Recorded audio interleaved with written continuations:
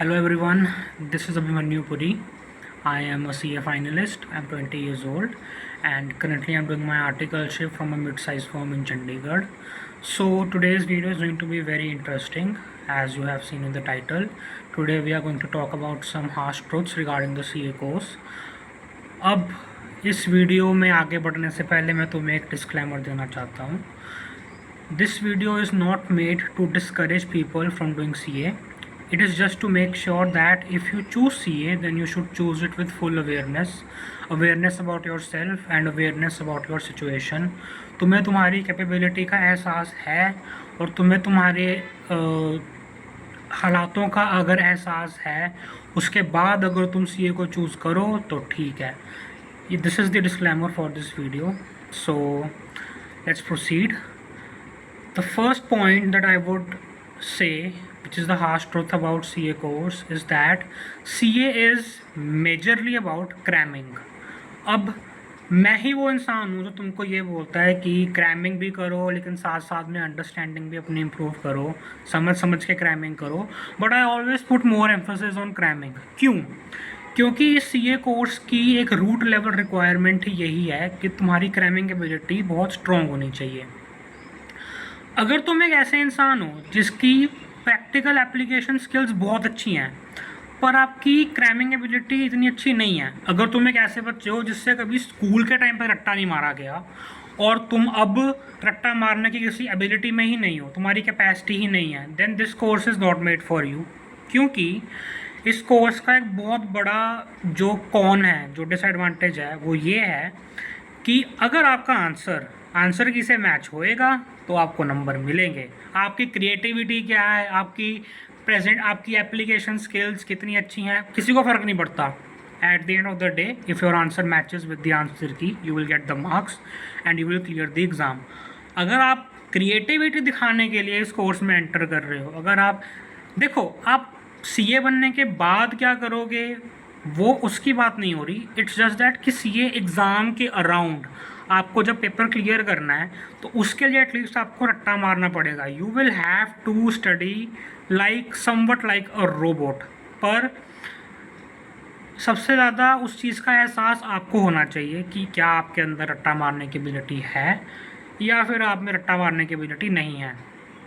क्योंकि there can be some instances where you are studying for a subject. मान लो तुम अकाउंट्स का कुछ पढ़ रहे हो या मान लो तुम इनकम टैक्स का कुछ पढ़ रहे हो, and there can be some situations where there are specific questions जिनको सॉल्व करने का कोई स्पेसिफिक मेथड ही है. जब आप क्लासेस लगाओगे तो ऐसा बहुत बार होएगा कि आपके फैकल्टी ही आपको ये नोट करवा रही है कि मैं जो ये क्वेश्चन आपको करवा रहा हूँ इसको सॉल्व करने का यही तरीका है. या फिर ऐसा भी हो सकता है कि किसी क्वेश्चन को सॉल्व करने के मल्टीपल तरीके हों पर ICI एक ही तरीके को रिकग्नाइज करता है, या फिर मॉड्यूल के अंदर एक ही तरीका है तो आंसर की के अंदर भी उसी तरीके से सॉल्व होकर आएगा और आपको भी उसी तरीके से सॉल्व करना पड़ेगा. अगर आप उसे किसी और तरीके से क्रिएटिवली सॉल्व करोगे, डजेंट मैटर कि आंसर सही निकले, पर अगर आप अलग तरीके से कर रहे हो तो आपको मार्क्स नहीं मिलेंगे. ऐसा भी हो सकता है. आपको लग रहा होगा कि ये बहुत ही माइनर सी बात है कि चलो 2-4 क्वेश्चन होंगे जिनका अलग से तैयारी करनी पड़ेगी, बट ट्रस्ट मी, जब तुम तैयारी करोगे ये तुमको खटके की बात कि एक तो मैं इतना बड़ा वास्ट सिलेबस भी याद करूँ, फिर मैं अलग से क्वेश्चंस के अलग मेथड भी याद करूँ, तो ये एक बहुत बड़ा हार्श ट्रूथ है, ये तुमको बहुत अफेक्ट करेगा. Second point is the unjustified duration of this course. बहुत ध्यान से सुनना मैं क्या बोलने लगा हूँ. अगर ना तुम्हें कोई CA कोर्स परस्यू करने के लिए ये टिप दे रहा है या ये एडवाइस दे रहा है कि कॉमर्स चूज़ करिए तो CA तो करनी बनती है, या फिर ट्राई करके देख लो, अब अगर कॉमर्स लिया तो भाई CA का भी ट्राई करके देख लो, क्या ही हो जाएगा. भाई उन लोगों से भाग जाओ, उन लोगों को अपनी लाइफ से रिमूव कर दो. Trust me, you can experiment on any course, just not CA. भाई CA कोर्स एक इकलौता ऐसा कोर्स है जिसके अंदर तुम्हें 4-5 साल का इन्वेस्टमेंट मिनिमम करना ही पड़ेगा, प्रोवाइडेड कि तुम्हारे सारे एग्ज़ाम फर्स्ट अटैम्प्ट में क्लियर हो रहे हैं. तब भी तुम्हें 4-5 साल तुम्हें अपने इन्वेस्ट करने पड़ेंगे, ब्लॉक करने पड़ेंगे. अगर तुम इस एडवाइस के ऊपर CA कोर्स चूज़ कर रहे हो कि मैं ट्राई कर लूँगा, देखी जाएगी, तो तुम फंसोगे, बहुत बुरा फंसोगे. क्यों? क्योंकि अब मैं एक बहुत कंट्रोवर्शियल बात बोलने लगा हूँ, बुरा मत मानना, पर सच्चाई यही है. अगर एक एवरेज या एक बिलो एवरेज बच्चा है अगर वो ना थोड़ा सा एक्स्ट्रा एफर्ट कर ले, थोड़ा सा एक्स्ट्रा सिटिंग दे दे, तो उसका फाउंडेशन आराम से हो जाएगा। Your real C A will begin in C A intermediate, और जब तक तुम इंटरमीडिएट का फर्स्ट ग्रुप दोगे it will be too late for you. अगर उस टाइम पे तुम फेल हो गए या तुम्हें एहसास हुआ कि I am not made for this course, इस कोर्स का जो रिक्वायरमेंट है in terms of efforts and rigorous sitting, मैं उस पर इतना अमल नहीं कर पाऊंगा, तो तुम फंस गए भाई, क्योंकि तुम्हारा 1.5 साल तो निकल गया, तुम्हारा 1.5-2 साल इंटर के ग्रुप 1 तक निकल जाएगा। फिर तुम बोलोगे कि यार मेरा इन्वेस्टमेंट तो हो चुका है, मैं बैकआउट क्यों करूँ, मैं विड्रॉ क्यों करूँ। तो पर तुमने एंटर भी तो इसलिए किया था कि मैंने ट्राई करना है, मैं तो एक्सपेरिमेंट कर रहा हूँ। भाई तुम्हें अगर एक्सपेरिमेंट करना है ना, तुम यूपीएससी भी एक्सपेरिमेंट करो, सीएफए करो, आरएफएम करो, बैंक पीओ करो, कुछ भी करो, पर सीए पे एक्सपेरिमेंट मत करना। ये एक अलग बात होती है कि तुम्हें कोई ये बोले कि यार you look like a very ambitious person, या you are very good with numbers and if you want to excel in that skill so you are choosing CA, या फिर if you have a good business entrepreneurial mindset और aspiration, वो अलग बात है, वो अलग डिस्कशन है।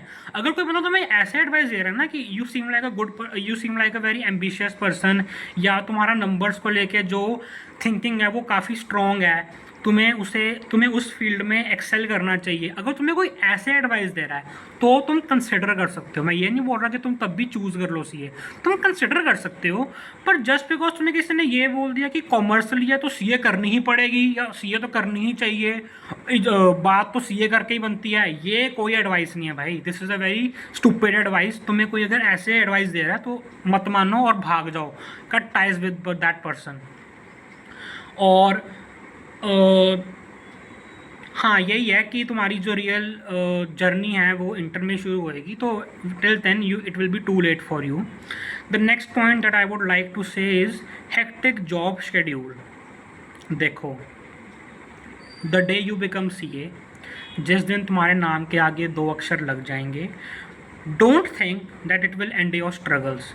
डोंट थिंक कि अब तुम्हारी ऐश ही ऐश है, because at the end of the day you will still be a private sector employee who can still be laid off by AI interference, who can still be exploited by the employer, who can still be requested to provide extra working hours. Just your comparatively package will be higher. तुम्हारी salary बढ़ जाएगी, पर तुम्हारे जो हालात है वो private sector के एम्प्लॉय वाले ही होने वाले हैं। तुम्हारा जो वर्क लाइफ होएगा वो तब भी हेक्टिक होएगा। वर्क लाइफ बैलेंस की एक्सपेक्टेशंस मिनिमल रखना जब तुम सीए करोगे। ये मत सोचना कि जिस दिन मेरा सीए हो गया तो ऐश ही ऐश है, आराम से ज़िंदगी बिताऊंगा, थोड़ा बहुता काम कर लिया, मोटा पैकेज मिल रहा है, बस यही हो गया। ऐसा कुछ नहीं होने वाला।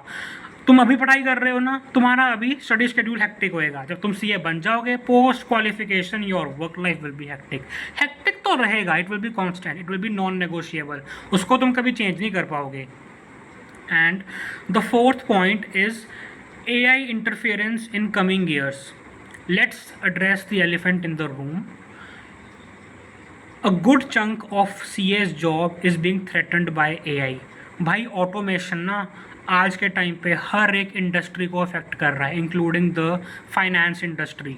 सीए की जॉब में माइनर क्लरिकल काम सीए एआई के यूज़ से होने लग गए हैं। भाई मैं खुद एआई यूज़ करता हूँ अपनी आर्टिकलशिप के अंदर। मुझे कोई अगर एक्सेल शीट की फॉर्मेटिंग करनी है, मुझे कोई डेटा के अंदर एनॉमली निकालनी है, वो एआई 2 मिनट में निकाल रहा है। मैं क्या कर लूँगा उस चीज़ के अंदर।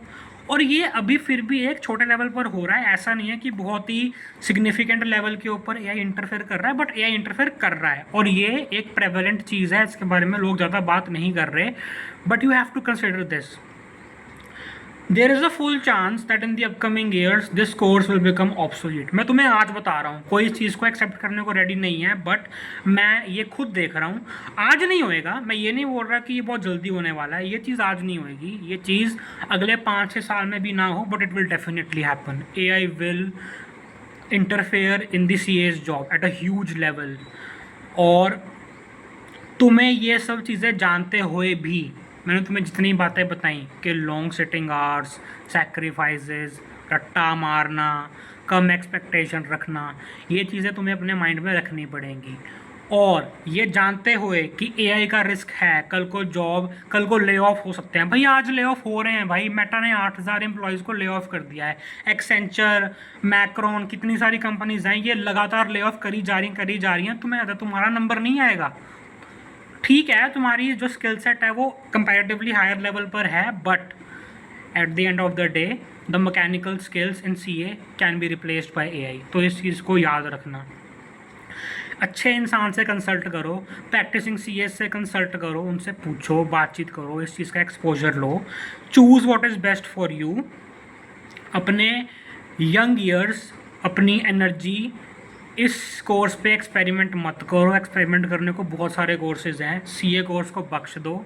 और लास्ट में मैं तुम्हें यही बोलना चाहूँगा that CA is not a bad choice, but it is a choice that comes with respect. और अगर तुम खुद के साथ ही ऑनेस्ट नहीं हो, अगर तुम्हें खुद का ही नहीं पता, या तुम्हें पता है पर तुम उस चीज़ को एडमिट करने को रेडी नहीं हो, तो भाई रिस्पेक्ट भी नहीं मिलने वाली। तो इन हार्श ट्रूथ्स को आज ही इन चीज़ों का एहसास कर लो। इन्हीं चीज़ों को माइंड में रखते हुए अपनी सिचुएशनल अवेयरनेस को ठीक से रख के इन चीज़ों का एहसास करके ही सीए की तैयारी करना। और जो मैंने पॉइंट्स बोल रहे हैं इनके बारे में किसी और बंदे से भी कंसल्ट ज़रूर करना, तुमको और क्लैरिटी मिलेगी। Thank you and all the best.